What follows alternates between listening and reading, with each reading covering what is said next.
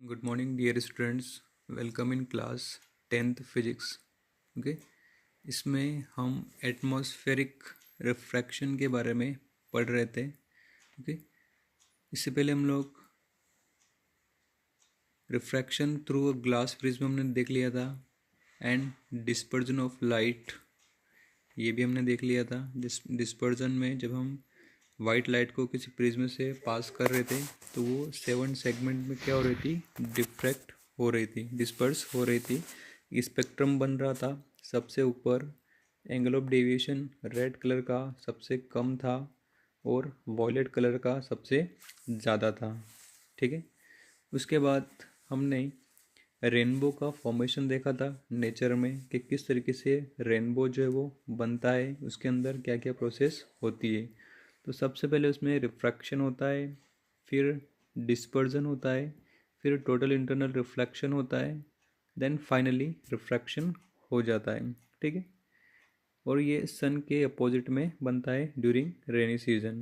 Okay, उसके बाद हमने एटमॉस्फेरिक रिफ्रैक्शन में देखा था the refraction due to atmosphere of earth is called atmospheric refraction.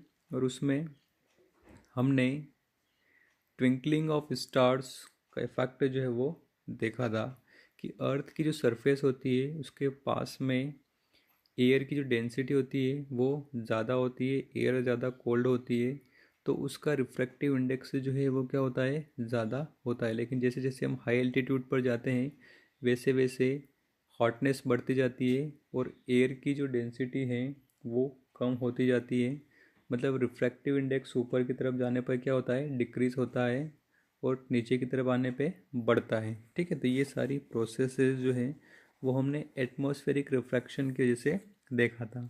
उसमें एक और एप्लीकेशन है कि ड्यूरिंग सनसेट एंड सनराइज, जो सनराइज होता है उसमें सूर्य सन जो है उसका एक्चुअल जो टाइम है राइज होने का उससे हमें 2 मिनट पहले दिखाई देता है, और एडवांस सन राइज जिसको हम बोलते हैं, और जो सन सेट होता है, ठीक है, जो उसका एक्चुअल टाइम है उससे वो 2 मिनट बाद में होता है, तो उसको हम बोलते हैं डिलेड सनसेट। तो इसमें जो जो 4 मिनट्स का जो डिफरेंस आ रहा है उसके पीछे रीज़न क्या है, किस वजह से होता है, इसको हम देख लेते हैं। Why the duration of day becomes approximately 4 minutes shorter if there is no atmosphere on earth. ठीक है, तो ये 4 मिनट्स का जो ड्यूरेशन है ये कम हो जाता है। उसका रीज़न क्या है, actual sunrise happen when it is below the होरिजिन in the morning. ठीक है, actual sunrise happen when it below the होरिजिन in the morning. The rays of light from sun below the horizon reach our eye because of refraction of light. Similarly, the sun can be seen about few minutes after the actual sunset. Thus, the duration of daytime will increase by 4 minutes. ठीक है, तो देखिए sun rise जब होता है, ठीक है, जैसे ये होरिजिन है यहाँ पर इस तरीके से, ठीक है, तो क्या हो रहा है, sunrise when sun actual sunrise when sun is below the horizon, जब वो कहाँ पर है, यहाँ पर है, इस हम यहाँ खड़े हैं, हम यहाँ से इसको क्या कर रहे हैं, देख रहे हैं, तो वो एक्चुअल में यहाँ पर है। ठीक है, लेकिन रिफ्रैक्शन की वजह से लाइट इस तरीके से आती है, इस तरीके से लाइट इस तरीके से आती है, हमारी आंखों तक पहुँचती है। ठीक है, तो इसमें क्या हो रहा है, इसमें रिफ्रैक्शन की वजह से, एटमॉस्फेरिक रिफ्रैक्शन की वजह से ये रेज ऐसा ना होके इस तरीके से हमें दिखाई देती। ठीक है, ये एक्चुअल में सन यहाँ था लेकिन हमको ऐसे ऐसे रेज आनी चाहिए, लेकिन रिफ्रैक्शन एटमॉस्फेरिक रिफ्रैक्शन की वजह से सन हमें यहाँ पर दिखाई देता है। सिमिलरली जब हम यहाँ खड़े हैं, यहाँ पर खड़े हैं, तो क्या होता है, जब सन सेट होता है, ठीक है, तो about few minutes after the actual sunset, मतलब जो उसका एक्चुअल टाइम है उससे 2 मिनट का उसमें डिले हो जाता है। तो ये भी किसकी वजह से होता है, रिफ्रैक्शन की, एटमॉस्फेरिक रिफ्रैक्शन की वजह से होता है। ठीक है, कि जब हम उसको देख रहे हैं, ठीक है, जैसे यहाँ पर हम उसको यहाँ देख रहे हैं, ठीक है, यहाँ पर इस तरीके से हम उसको देख रहे हैं, लेकिन वो एक्चुअल में ये वो कहाँ पर जाएगा, वो यहाँ पर जाएगा। हमें दिख रहा है यहाँ आ रहा है, लेकिन वो एक्चुअल में यहाँ जब जाएगा तब क्या होगा, सन सेट होगा। ठीक है, तो ये जो 2 मिनट्स इधर 2 मिनट्स 4 मिनट्स का जो डिले हो रहा है, ये एटमॉस्फेरिक रिफ्रैक्शन की वजह से हो रहा है। ठीक है, स्कैटरिंग ऑफ लाइट क्या होती है देख ले हम लोग। It is a phenomena in which a part of light incident on particles is redirected in different part directions. ठीक है, तो स्कैटरिंग का मतलब क्या होता है, स्कैटरिंग मतलब फैलना। क्या होता है, फैलना। जैसे मान लो कोई पार्टिकल है, इस पर जब लाइट गिरती है तो वो फैल जाती है। लाइट क्या होती है, फैल जाती है।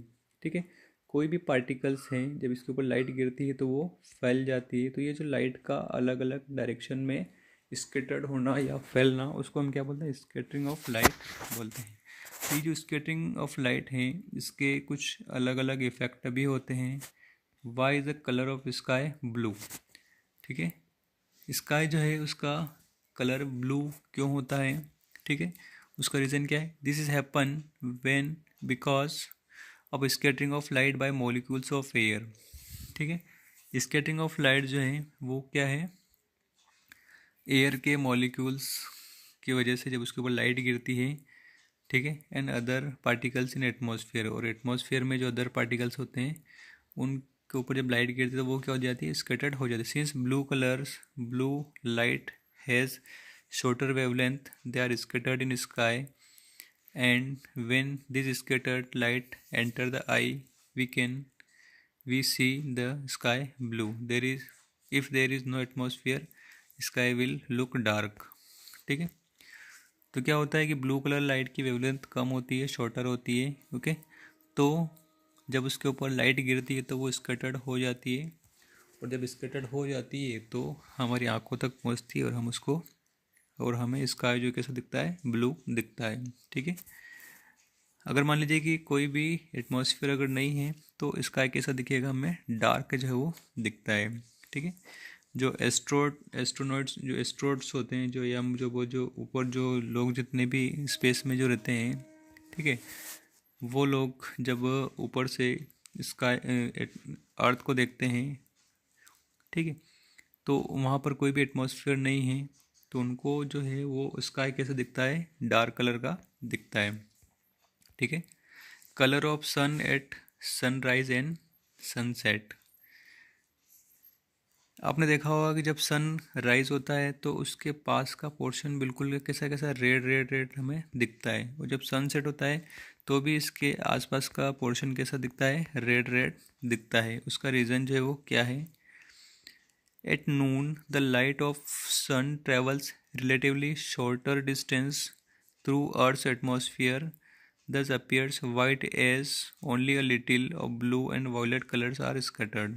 ठीक है, दोपहर के समय क्या होता है, जो सन की जो लाइट्स होती है, ठीक है, वो बहुत ही कम डिस्टेंस कवर करती है। ठीक है, थ्रू अर्थ एटमॉस्फेयर। ठीक, क्योंकि सन बिल्कुल हमारे टॉप पर होता है तो वो बहुत ही कम डिस्टेंस ट्रेवल करके आता है। ठीक, तो उससे जो ब्लू कलर और वॉलेट कलर हैं वो क्या होते हैं, बहुत कम स्कैटर्ड हो पाते हैं। Little of blue and violet colours are scattered, बहुत कम स्कैटर्ड हो पाते हैं। इसीलिए हमें नून के समय, दोपहर के समय कैसा दिखता है स्काई, वाइट कलर का हमें दिखता है।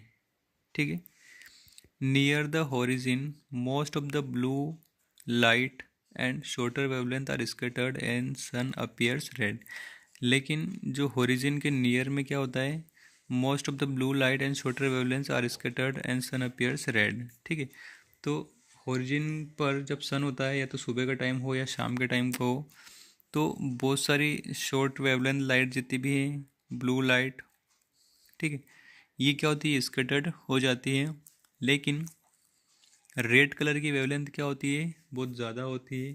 तो जिस कलर की वेवलेंथ ज़्यादा होती है वही लाइट, वही कलर ट्रैवल करके हमारी आइज़ तक पहुंचता है, और उसको हम क्या करते हैं, देख पाते हैं। आपको सोच, जैसे हम यहाँ खड़े हैं, ये हॉरिजॉन है, ये सन यहाँ पर है और हम यहाँ हैं। ठीक है, तो ये रेड कलर इतनी पूरी डिस्टेंस कवर करके हमारी आई में आएगा, मतलब इसकी लॉन्गर वेवलेंथ है। तो वेवलेंथ जितनी ज़्यादा होगी उतनी ही ये ट्रैवल करके हमारी आइज़ तक पहुँचेगा, और हमें ये रेड कलर का दिखाई देता है। अगर यहाँ पर ब्लू और ब्लू या वॉयलेट हमें क्यों नहीं दिखाई देता है? क्योंकि उनकी वेवलेंथ कम होती है और वो ज़्यादा डिस्टेंस कवर नहीं कर पाते हैं। ठीक है, इसीलिए हमें सनसेट और सनराइज के टाइम पर इधर रेड रेड कलर का दिखाई देता है। इसका रीज़न क्या है? रेड कलर की जो वेवलेंथ होती है वो क्या होती है? बहुत ज़्यादा होती है। ओके, तो ये चीज़ें हैं हमने इसमें डिस्कस करी हैं। आप लोग भी इसको एक बार देखेंगे और अपनी कॉपी में ये सारी चीज़ें नोट कर लेंगे। ओके।